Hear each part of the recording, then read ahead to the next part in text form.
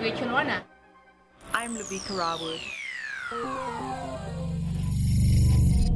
For more information on the work that we do and how you can help us to help others, please visit our website www.secondchances.org.za.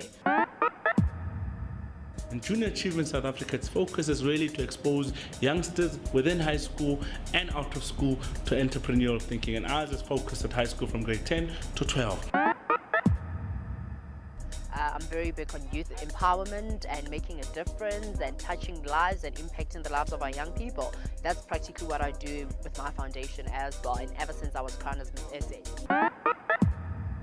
The goal of the magazine is to basically share information that will be able to assist small business owners.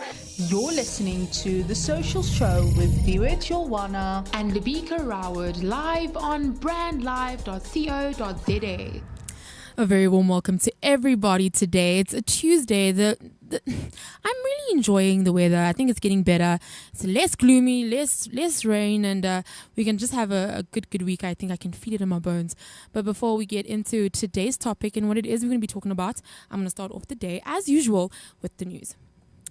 Woolworths has announced that it has raised 1049 million for its My School Raise Million for Education campaign, exceeding the original target set in April for 2015. This milestone was achieved through the support of its customers and active My School cardholders who participated in the campaign between April 2015 and December 2016. Now, the campaign is part of the ongoing commitment to improving the quality of education in South African schools. It was done through the My School, My Village, My Planet, a leading fundraising platform that contributes more than $1 million per week to over 7,000 schools, charities, animal welfare and environmental organizations across South Africa. Now, wow. Woolworths CEO Zyda Ryland, sorry guys, it's still crazy. It's still a crazy morning.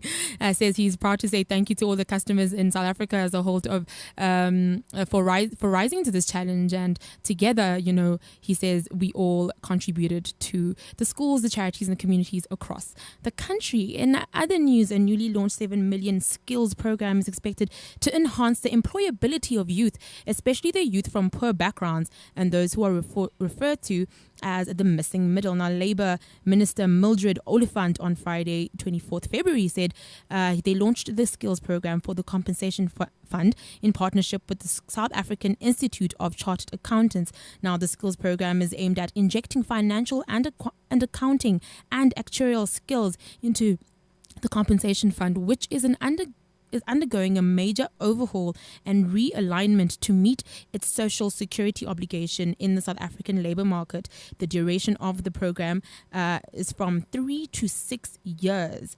Speaking at the launch held in Pretoria, Minister Oliphant said, as government, they are optimistic that the program will contribute to addressing what is often referred to as scarce skills enhancement in South Africa. Lastly, the GE Healthy Imagination Mother and Child Program recently saw graduation of its first 14 social entrepreneurs who completed training and mentorship aimed at improving and accelerating maternal and or child health outcomes in Africa. After a rigorous evaluation process, the social enterprises were selected to be in the first cohort of the Healthy Imagination Mother and Child Program. Throughout the program, finalists attended a 3-day in-person workshop in Nairobi, Kenya, followed by a 6-month online accelerator program that included weekly in-depth mentoring from Silicon Valley-based executives and local GE leaders. The program was designed to help the social entrepreneurs acquire business fundamentals, improve their strategic thought processes, and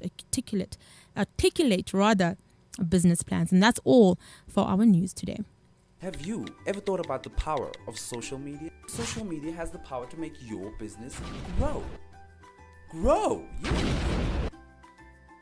Why don't you let us manage your social media? Because our business is to see your business grow.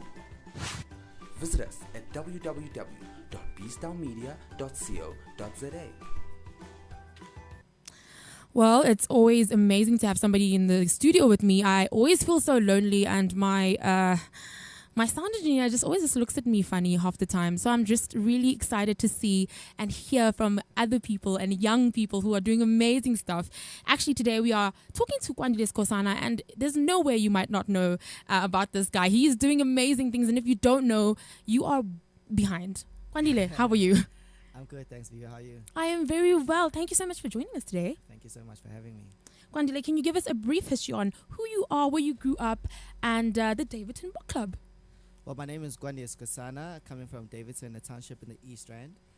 And basically, I might say I'm one of the privileged few who managed to get somewhat of a better education apart from what we, are subjected to in the townships. And through that, I realized that through other people's Thanksgiving, they afforded me an opportunity that I couldn't have or afford. So I made it my business to help other people who come from environment that I come from to better their surroundings, their environment, and also to make sure that they don't have to struggle the way that I had to struggle. So yeah, the thing that I'm trying to do is to build a legacy. Wow. And to ensure that the next generation is able to, take the country forward, not having to have the same obstacles that I did. Lovely. Again, we did speak a little bit before the show about the Davidson Book Club. Why book club? Why do you think reading is such an important part of really growing a nation? So it all started when I was in grade 11, and I remember I was kicked out because I didn't afford or have textbooks. Wow. So I thought to myself, how many people are in the same situation as I am? Yeah. Like, they don't have textbooks, and I couldn't get textbooks anyway but this one supplier. Wow. And the guy charged me 700 Rand, so for a whole year I didn't study accounting. So I made it my business after high school to gather books. So if you are in grade 11 and now you're in grade 12, you're not using the same books, why don't you maybe afford another kid opportunity to get those books, because you're not going to use them anyway. Yeah. So it started off as a thing that we did amongst our friends. So we used to have books and then we give them to other people. And then after a few years of varsity, I realized this is not a high school problem, but a varsity and a global problem. A lot of people don't have access to education because they don't have the money to buy textbook and so on. So I started the Davidson Book Club, and I went house to house asking people if they had books. Wow. It started off with, we had about 27 books. Now we have 2 million books. But it doesn't help to have 2 million books and have them in a warehouse somewhere. You have to help the people that need it the most. So what I did was I worked with a couple of people from different, provinces who are social entrepreneurs themselves. And I asked them, hey guys, if you can get some kind of space, maybe a garage or just a house that's, not used or underutilized. If you can get that space, I can donate books to you. So we'll try and garner support in terms of financial aid from people to take the books from one place to another. Yeah. And that's how it started. And then I realized, no man, there's more problems to this. Yeah. There's people who are authors who are telling our African stories, yes, who don't have people who publish their books. Wow. Why don't I get publishers who help them get opportunities to publish? Yeah. And then it became an even greater problem, because now that there's people who are going to school, they have textbooks, but some don't have school shoes. Wow. So because the numbers are growing, people are interested in what we're trying to do, and then I started a whole program where we're like getting school shoes from people. Lovely. And that, I think it helped about 50 people. Wow. But then I thought, hey, it doesn't end. It just does not doesn't end. end. Yeah. And I thought, let me just do more. Yeah. Because there's a kid out there who, because if you teach a mother, there's an African proverb that says, if you teach a mother, you educate the whole community. Yeah. So a lot of black mothers don't have higher education or any level of education. That's why for the longest time, people are either domestic workers or gardeners. Yeah. So I went and I found people from Insurance Seaters and other companies like Kesler Investments who then helped me to train these people for free. So right now, Davidson Book Club has trained in Ekurhuleni alone 500 people who have qualified project management certificates today. They did for free. They got free meals and everything. That's beautiful. And in January, I confirmed that 150 people from that 500 got jobs. So what I'm saying is, all of us in our little corners who can do something to help the community. And if I can do it from a small township near Ekurhuleni, then anyone can do it. Yeah. That's so lovely. I know now you are talking big, trying to come up with the new university in Ekurhuleni. Yeah. Tell us a little bit about that project. It's so beautiful. Ekurhuleni is the 4th largest economy in the country. Yeah. Ekurhuleni has this whole idea of an aerotropolis, whereas we have the largest airports in the country and also in Africa. We are seen as an industrial hub, and a certain portion of Ekurhuleni is an agricultural hub. Yeah. But the big problem now, there's no university, a legacy university that aids that. So most of the time you find that people from Cape Town, Joburg, Pretoria come to Ekurhuleni to aid us in terms of their skills. And you become more expensive if you're coming from a different area to aid another region. So how about we start something whereas people from that region can be able to be educated in that region, get jobs in that region, contribute to the economy of that region, and also make it accessible to get higher education, because the biggest problem right now with Fees Must Fall and all these other people that are talking free education is that is something that will gradually happen. It won't happen overnight because there's legislation involved. There's funds that have to be, worked around. So for now, what we can do is to make education accessible, but bringing it to the people.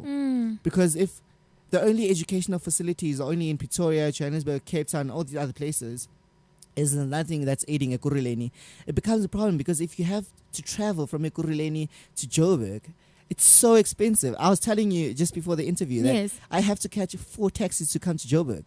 Crazy. So if it's 4 taxis and it charges about 100 rand, how expensive is education really? And it's not just that, but the other things that contribute to the expenses. Housing, you need food.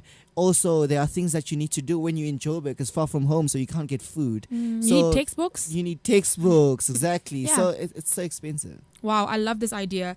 Just thinking about your entire work that you've done so far. I mean, you've done such amazing things. I know you were an SA representative at Agenda 63 delegation for the AU. Tell us about that, and tell us about your Young Diplomats Forum as well in, Britain.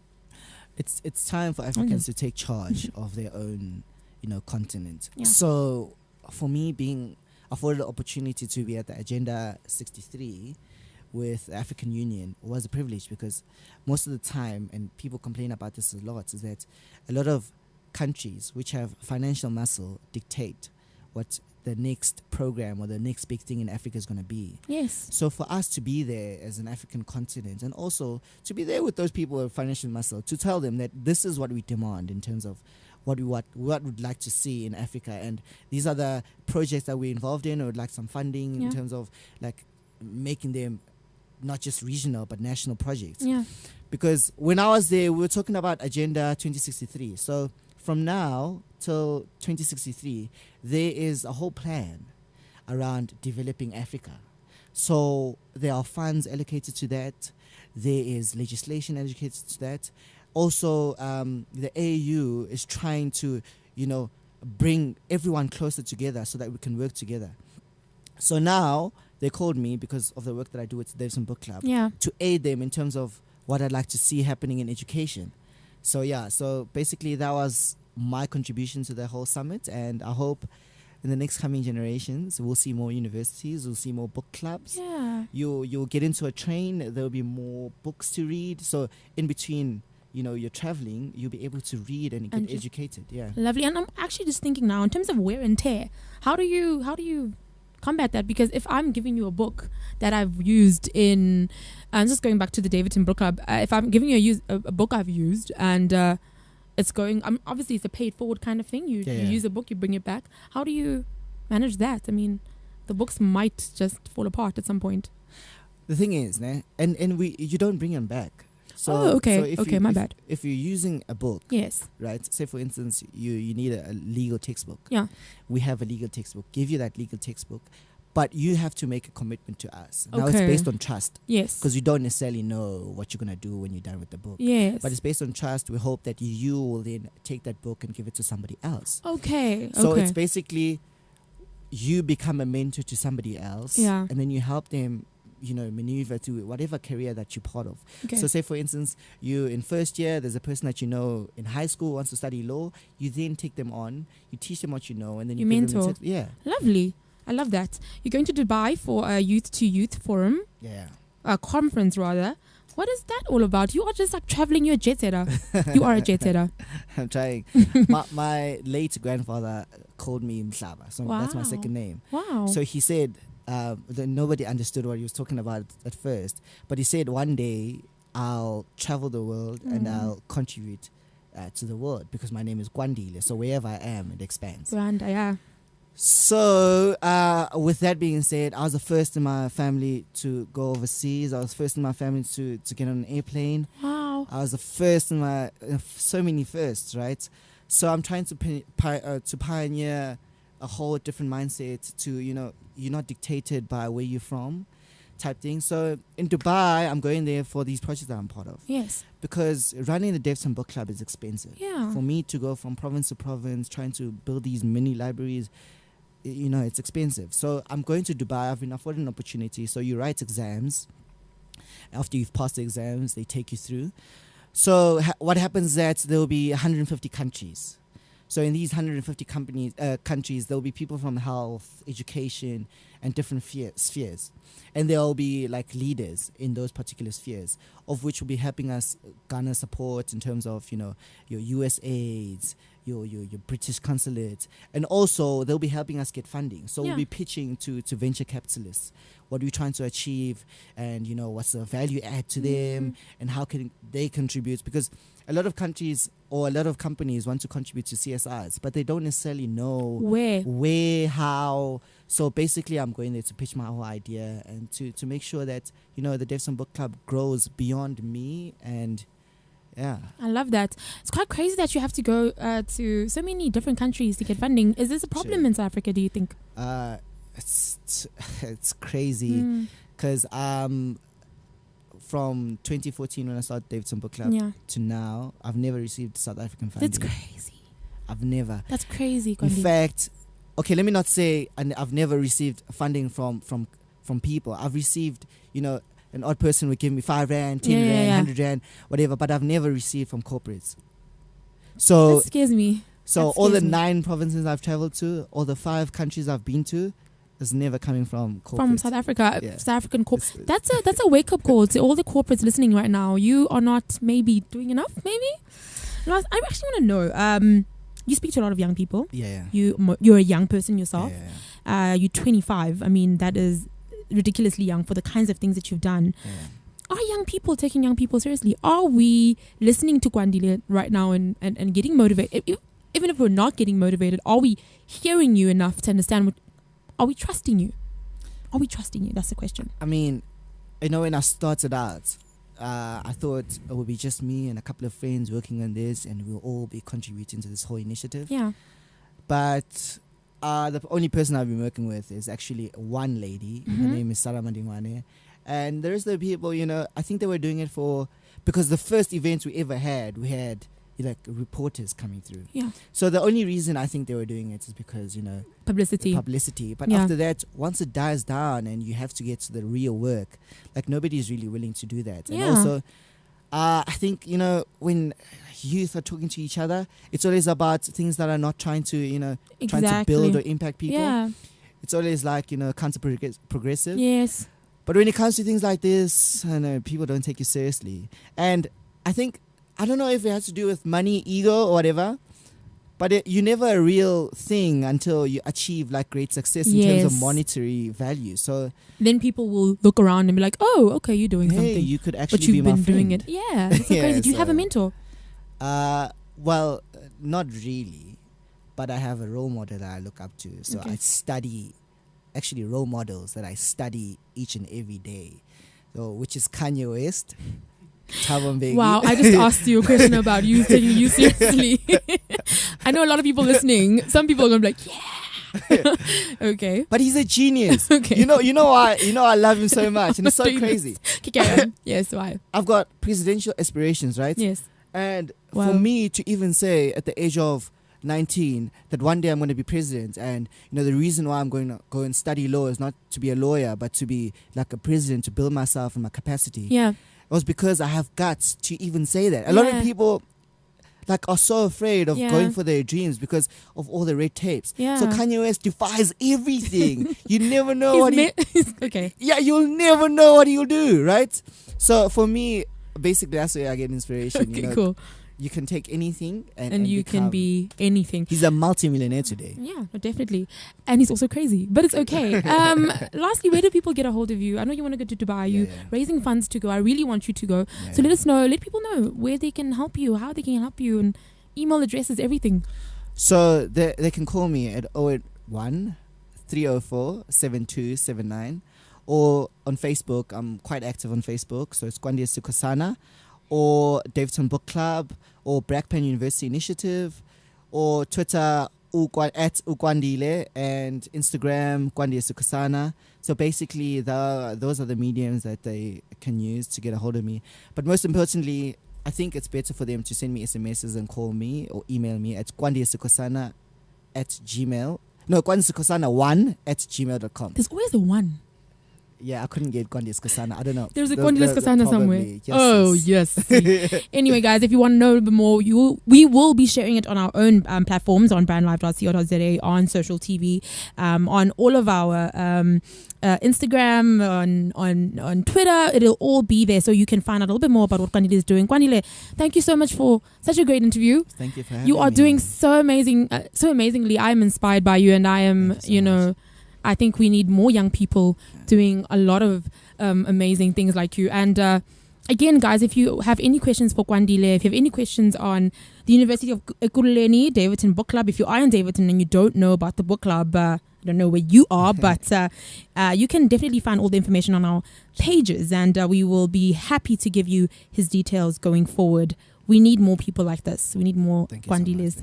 That's it for us today. We're going to see you guys all again tomorrow. I hope you learned something, and I hope you have a beautiful morning. Yes.